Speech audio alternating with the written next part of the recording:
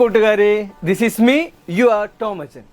Jesus കിഡിന്റെ മറ്റൊരു എപ്പിസോഡിലേക്ക് നിങ്ങൾക്കെല്ലാവർക്കും സ്വാഗതം. കൂട്ടുകാരെ, കഥ കേൾക്കാൻ നിങ്ങൾക്ക് ഇഷ്ടമല്ലേ? വരൂ, നമുക്കൊരു കഥ കേൾക്കാം. അഗാപ്പെ എന്ന നഗരത്തിലാണ് ഫിലിപ്പ് ജീവിച്ചിരുന്നത്. തൻ്റെ വിദ്യാലയത്തിലെ മറ്റു കുട്ടികളുമായി ചങ്ങാത്തം കൂടുവാൻ ഫിലിപ്പിന് താല്പര്യമില്ലായിരുന്നു.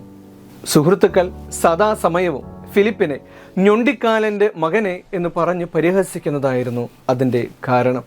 ഈ സംഭവങ്ങൾ മൂലം ഫിലിപ്പ് പിതാവിനെ വിദ്യാലയത്തിൽ വരാതിരിക്കാനുള്ള എല്ലാ വഴികളും സ്വീകരിച്ചിരുന്നു. പതിയെ പതിയെ പിതാവിനോടുള്ള സ്നേഹം ഫിലിപ്പിൽ നിന്ന് അകലുവാനും തുടങ്ങി. ഒരിക്കൽ വിദ്യാലയത്തിൽ വലിയൊരു ആഘോഷം സംഘടിപ്പിക്കുവാൻ ഭാരവാഹികൾ തീരുമാനിച്ചു. അധ്യാപകരും മാതാപിതാക്കളും വിദ്യാർത്ഥികളും നിർബന്ധമായി ആഘോഷത്തിൽ പങ്കെടുക്കണമെന്നായിരുന്നു അതിൻ്റെ നിയമം. എല്ലാവർക്കും വലിയ സന്തോഷത്തിന് കാരണമായി.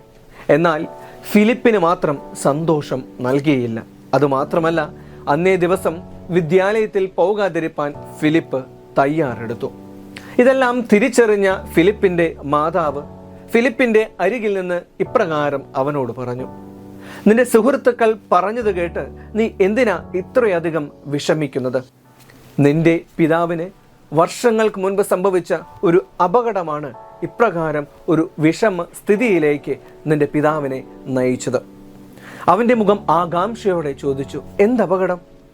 15 വർഷങ്ങൾക്ക് മുൻപ് ഒരു ദിവസം നമ്മുടെ പഴയ വീട് പെട്ടെന്ന് തീജ്വാലയാൽ ചുറ്റപ്പെട്ട് കത്തിയമരുവാൻ തുടങ്ങി. ഞാനും നിന്റെ പിതാവും ഭവനത്തിന് പുറത്തായിരുന്നു. ഭവനത്തിന് തീ പിടിച്ച് കണ്ടതും നിന്റെ പിതാവ് ആളിക്കത്തുന്ന തീ ജ്വാലയെ വകവയ്ക്കാതെ ഭവനത്തിലേക്ക് ഓടിക്കയറി. തൊട്ടിലിൽ കിടക്കുന്ന നിന്നെയും വാരിയെടുത്ത് പുറത്തേക്ക് വരുമ്പോൾ വാതിലിൻ്റെ ഒരു ഭാഗം നിന്റെ പിതാവിൻ്റെ കാലിൽ വീഴുകയായിരുന്നു. എന്നാൽ ആ വേദന സഹിച്ച് നിന്നെയും മാറോടണച്ച് വീടിൻ്റെ പുറത്ത് വന്നതും ഭവനം മുഴുവനും കത്തിയമർന്നു. ഒരു നിമിഷം നിന്റെ പിതാവ് വൈകിയിരുന്നുവെങ്കിൽ ഇന്ന് നീ ഞങ്ങളോടൊപ്പം ഉണ്ടാവുകയില്ലായിരുന്നു. അമ്മ തുടർന്നു: മകനെ, നിന്റെ ജീവനേക്കാളും അധികം നിന്റെ പിതാവ് മറ്റൊന്നിനെയും കാണുന്നില്ലായിരുന്നു. നിനക്ക് വേണ്ടി ഇപ്പോഴും രാപ്പകൽ നിന്റെ പിതാവ് അധ്വാനിക്കുന്നത് നീ കാണുന്നില്ലേ? ഇത്രയും പറഞ്ഞതും ഫിലിപ്പിൻ്റെ കണ്ണുനീർ ധാരയായി ഒഴുകുവാൻ തുടങ്ങി. ഓടിപ്പോയി പിതാവിനെ വാരിപ്പുണർന്ന് ചുംബിച്ചു. എന്നിട്ട് ഇത്രയും കാലം തൻ്റെ പെരുമാറ്റം പിതാവിനെ വേദനിപ്പിച്ചതിൽ ക്ഷമയും ചോദിച്ച് കണ്ണുനീർ വാർത്തു. പിറ്റേ ദിവസം ആഘോഷത്തിൻ്റെ മധ്യത്തിലേക്ക് ഫിലിപ്പ് തൻ്റെ പിതാവിൻ്റെയും മാതാവിൻ്റെയും കരങ്ങൾ പിടിച്ച് പരിഹസിക്കുന്നവരുടെ മുൻപിലൂടെ തലയുയർത്തി അഭിമാനത്തോടെ നടന്നു നീങ്ങി. കൂട്ടുകാരെ, ഈ കഥ നമ്മെ പഠിപ്പിക്കുന്നത് നമ്മുടെ മാതാപിതാക്കൾ നമുക്ക് വേണ്ടിയിട്ടാണ് ജീവിക്കുന്നത് എന്നാണ്. അവർ നമ്മുടെ ഉയർച്ചയ്ക്ക് വേണ്ടി, നമ്മുടെ വളർച്ചയ്ക്ക് വേണ്ടി നിരവധി ത്യാഗമാണ് സഹിക്കുന്നത്. നമ്മുടെ വീടുകളിലേക്ക് നോക്കിക്കഴിഞ്ഞാൽ നമ്മുടെ രക്ഷിതാക്കളും ഇപ്രകാരം രാപ്പകലില്ലാതെ നമുക്ക് വേണ്ടി അധ്വാനിക്കുന്നത് കാണുന്നില്ലേ?